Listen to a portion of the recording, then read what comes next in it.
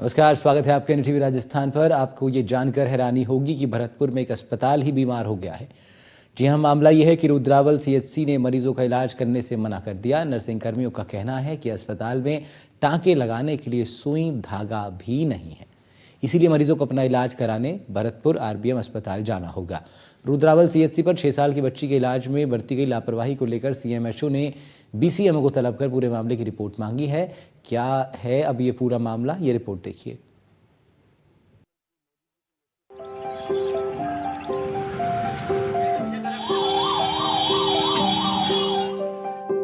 भरतपुर जिले के रुदावल कस्बे में एक बच्ची खेलते समय अचानक गिर गई। गिरने के बाद उसकी आंख और नाक पर चोट आई, जिसके बाद परिजन उसे रुदावल सीएचसी लेकर पहुंचे और यहां आने के बाद उन्हें जो सुनने को मिला वो वाकई हैरान करने वाला है।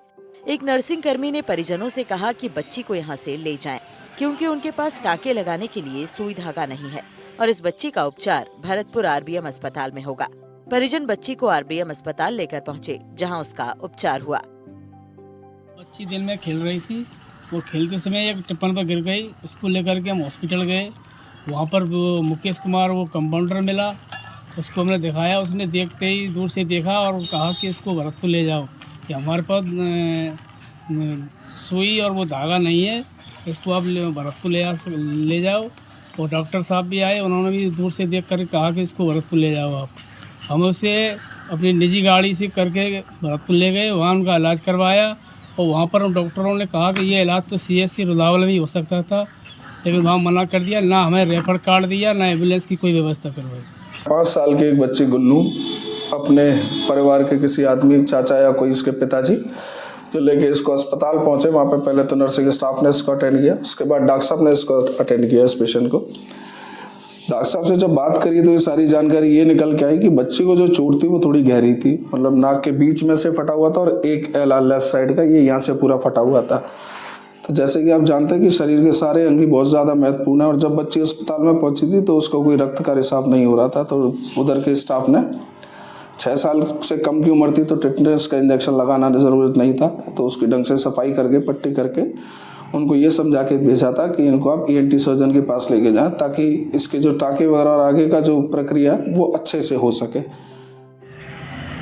मामला गंभीर था और इस मामले को लेकर मुख्य ब्लॉक चिकित्सा अधिकारी रूपवास लखन कुमार को तलब किया गया। बीसीएमओ की तरफ से चिकित्सा कर्मी और नर्सिंग कर्मी को कारण बताओ नोटिस जारी कर 3 दिन में जवाब मांगा गया है और पूरे मामले की जांच भी की जा रही है।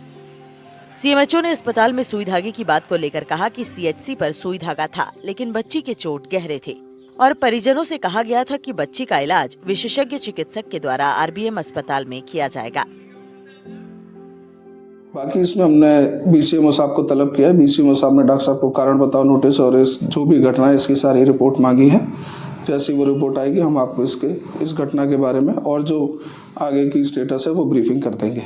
सर, ये जैसे ये परिजन आरोप लगा रहे हैं कि वहाँ के जो एक नर्सिंग कर्मी था उसने ये कहा था कि सुई धागा नहीं, सर इसकी भी जांच हो पाई है क्या? ये बात सही है? सुई धागा वगैरह सब वहाँ पे उपलब्ध है, उस चीज़ का हमने पता कर लिया है। ऐसा कुछ भी नहीं है कि सूचर मटेरियल तो सीएचसी वहाँ पे रहता ही है और वहाँ पर अभी उपलब्ध है। इसके चाचा सतीश ने जिला कलेक्टर, विधायक डॉक्टर ऋतु बनावत और सीएमएचओ बीसीएमओ को शिकायत दी है और लापरवाही अधिकारियों के खिलाफ कार्रवाई की मांग की है। हालांकि जानकारी ये है कि बीसीएमओ रूपवास लखन के द्वारा जो लापरवाही बरती गई थी जिस नर्सिंग कर्मी के द्वारा, उसको कारण बताओ नोटिस दिया गया है।